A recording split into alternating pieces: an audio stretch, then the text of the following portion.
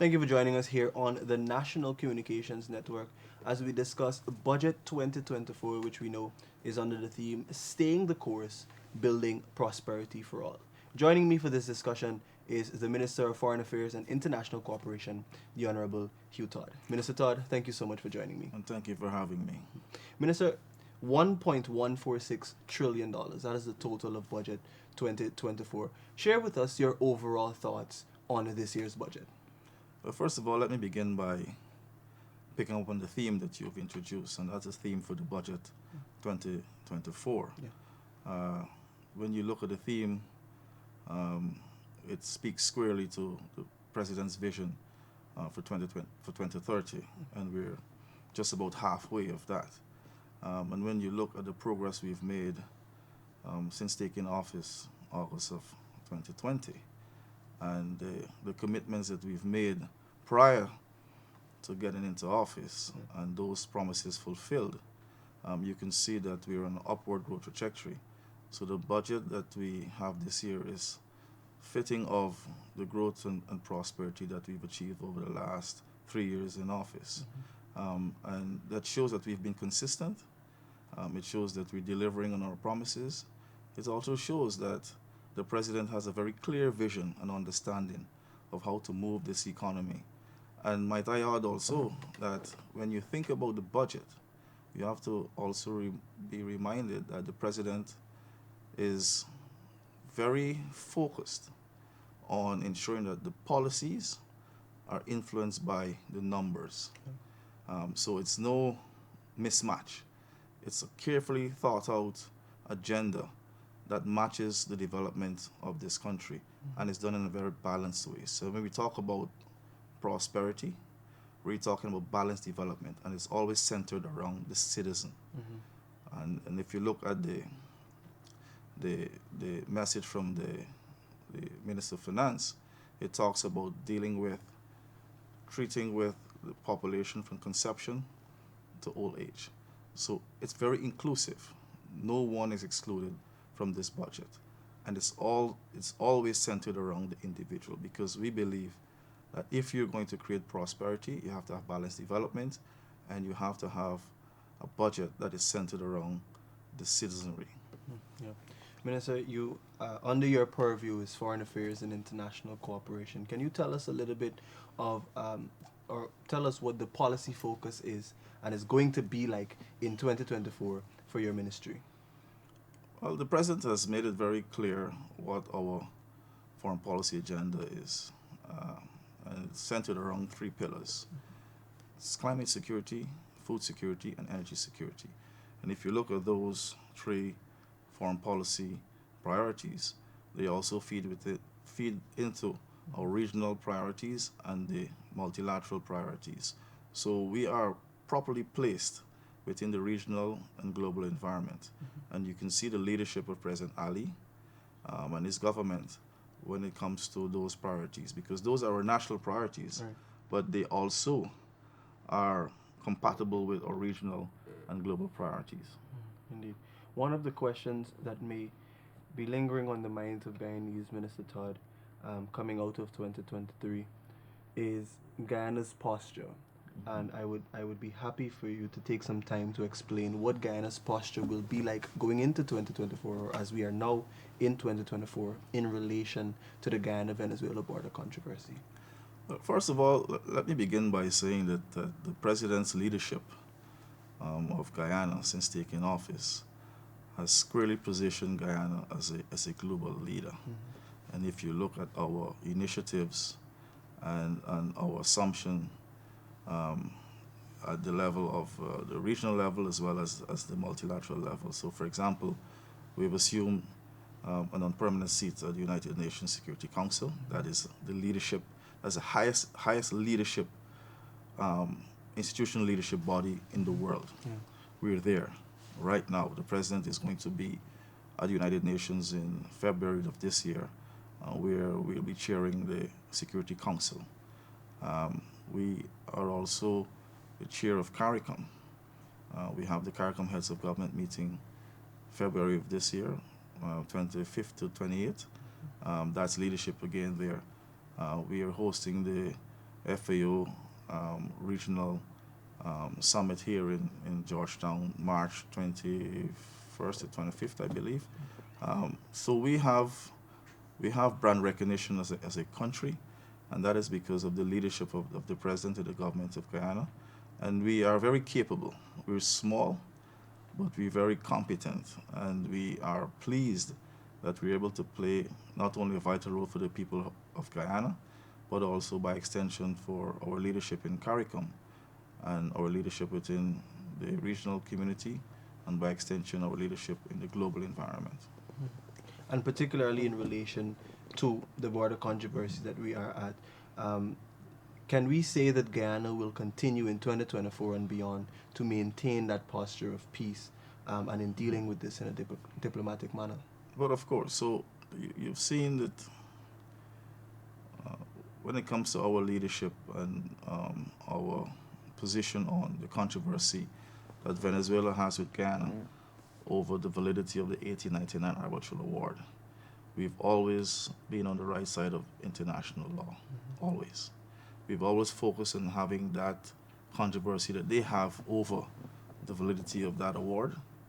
We focused on having it done peacefully, using the right process, and ensuring that the diplomatic channels are open, that there is dialogue, that there is communication, and there is mutual respect and understanding for our sovereignty and territorial integrity. Yeah, we've seen massive investment in a lot of the capital projects in health, in education, and in a number of areas to ensure that construction is being done in road infrastructure and stuff like that. But there's also the soft balance of the measures in the increase of the Because We Care cash grant. How have you seen government being able to manage and balance these two important areas of life? It's understanding governance and understanding how to grow and move an economy. It's very complex because you have to deal with matters of the household, of the community, of a county, and then you have to look at the macro level, the country as a whole. So it's not easy. It's very complex, and you have to be able to be measured. You have to be able to manage expectations, and you have to be able to consult and to ensure that the priorities of the people are your priorities of government. So dealing with the governance itself that feeds into how you put together your budget and the resources that you allocate to the budget requires a lot of work, a lot of consultations. It requires a lot of interest and commitment to service. So what we're doing is fulfilling the mandate of the people, serving the people in the best way we can, using the resources available. Of course, resources are always, as economists would well say, the resources are always limited. But in our case, we have the know-how because we've been in government for 23 years prior to 2015, and even in opposition for 28 years, we were always prepared for government. It just so happened that we've had a very difficult period during those 28 years having to deal with dictatorship. But now that we have an economy that has embraced democracy and democratic principles and values, it opens up a lot of space for us to be able to govern, for us to be transparent, to be accountable to the people, and to ensure that there's a rules-based society where we all respect the rules and that we are able to fulfill the mandate that we have gotten from the people. So consultations happen at every level, at the community level, and you've seen, and the president would have made this commitment to the electorate even prior to getting into office, that we will remain on the ground. We will continue to dialogue and to communicate with you and to meet with you in person to ensure that we can connect with you, because the people know what they need more than us. They know what they need. So we have to be able to meet and in some cases exceed their expectations. And we have to do it in a balanced way, because what may be a priority for, let's say, people of Region 10 or a section of persons in Region 10 may not be the priority of someone in Crabwood Creek, Region 6. that may not be their priority. So you have to be able to understand the nuances, and you have to be able to deliver on that. But when you think about the overall structure, we know exactly what it takes to ensure that we can improve lives and the quality, well, improve the quality of life and standard of living of the people. You have to ensure that they have good health care. That's why we're building out a world-class healthcare system, education, and you can see what the moves that we've made in terms of education. People have to be able to acquire their own homes, and you've seen what we've done in the housing sector. You have to be able to create a conducive environment where there are opportunities for jobs, right? So your policy making should feed into that, so that people can be employed and be very active participants within society. So we want people to not only be educated, we want them to be healthy, because you need a healthy and an educated population to be able to progress. And the president would always say that the priority is really the people. Without people, you don't have an economy. So the investment, when you look at the budget, the investment is really squarely in the people. And we've never removed ourselves from our core objective, the People's Progressive Party Civic. It is about the working class. If you can transform the lives of the ordinary citizen, everyone benefits. So our priority is to ensure that we can lift people out of poverty and to create a larger and more robust middle class. You get that, you get a society that is advanced, you get a society that can think, that can reason, that can hold you accountable, and that is what we want for a thriving democracy. Mr. Todd, just before you go, budget debates start in the new week, and we've seen a pattern a lot of times in these budget debates. But what are you expecting going into these debates, of course, from government and from the opposition? We have, good question. When you think about the People's Progressive Party civic in government, we have a track record that we can run on. The numbers don't lie. You can go back to 1992 when we took office, and you can see the progress that we have made in government, in education, in the health sector, in infrastructure, right? In creating a business environment. We had no business environment prior to 1992. We were able to provide to create an environment that would have allowed the business class to thrive. And in any well-functioning democracy, the engine is the business class, entrepreneurship. And we have been pushing that. And you would have seen the president on many occasions meeting with contractors, meeting with the business sector, meeting with the private sector leaders, encouraging them to take advantage of the policy space provided for them to innovate, to be creative, to take advantage of the opportunities, because you need to be competitive. They're the ones who are going to create employment for the people of this country. Government doesn't create employment. We provide the policy space for the private sector to take advantage of it. And because we're operating in a global environment, we have to pull it together. Because as you know, we're part of a community, the 𝐁𝐔𝐃𝐆𝐄 community, where there's free movement of skills, capital, there's a right of establishment, meaning that firms can move freely within the economic space, which is good for us too. But when you think about the budget, it's not only about the citizens, but it also caters for the business class to thrive, because they need to be competitive. We need to be able to move beyond having a comparative advantage to having a competitive advantage. That is going to create wealth. The prosperity comes with improving the quality of life and standard of living, but the wealth provides for that intergenerational equity that allows a family that never owned a home to own a home that they can hand over to their kids. They can extend it, they can mortgage it and open a business.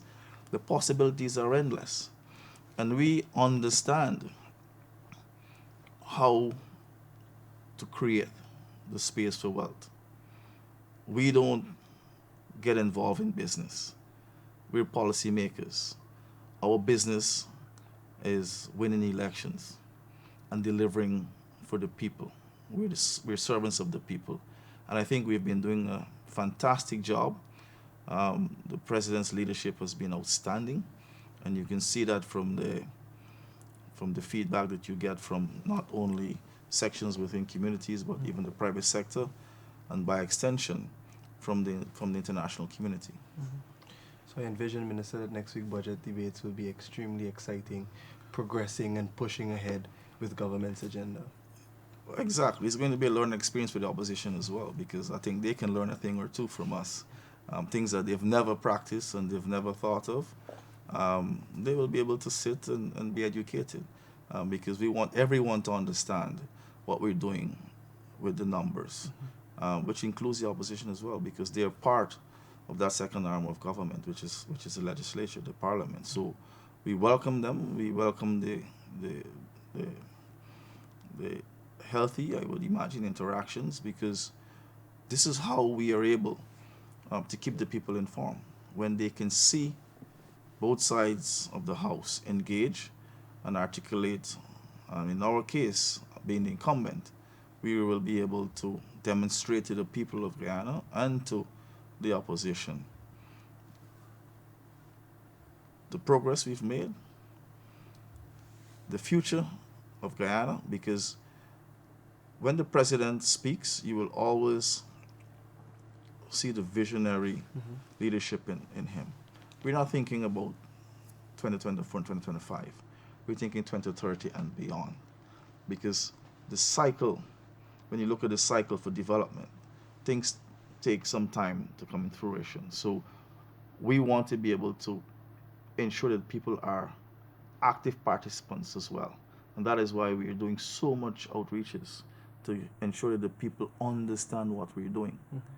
Because as government, we have a responsibility to ensure that the people understand how we're allocating resources and how it will bring, whether it's relief or benefits to them in the long term. In some cases, for example, those social relief programs, because we care, cash grants and the pension, and those are monies that are going straight into the pockets of the citizenry. When you think about the threshold being revised upwards to $100,000, that's $100,000 in your pocket. There's so many things you can do. People will be able to manage better their households. They can plan better. They have more disposable income, and their quality of life will improve, because the entire economy is being built out. So there's much more you can do.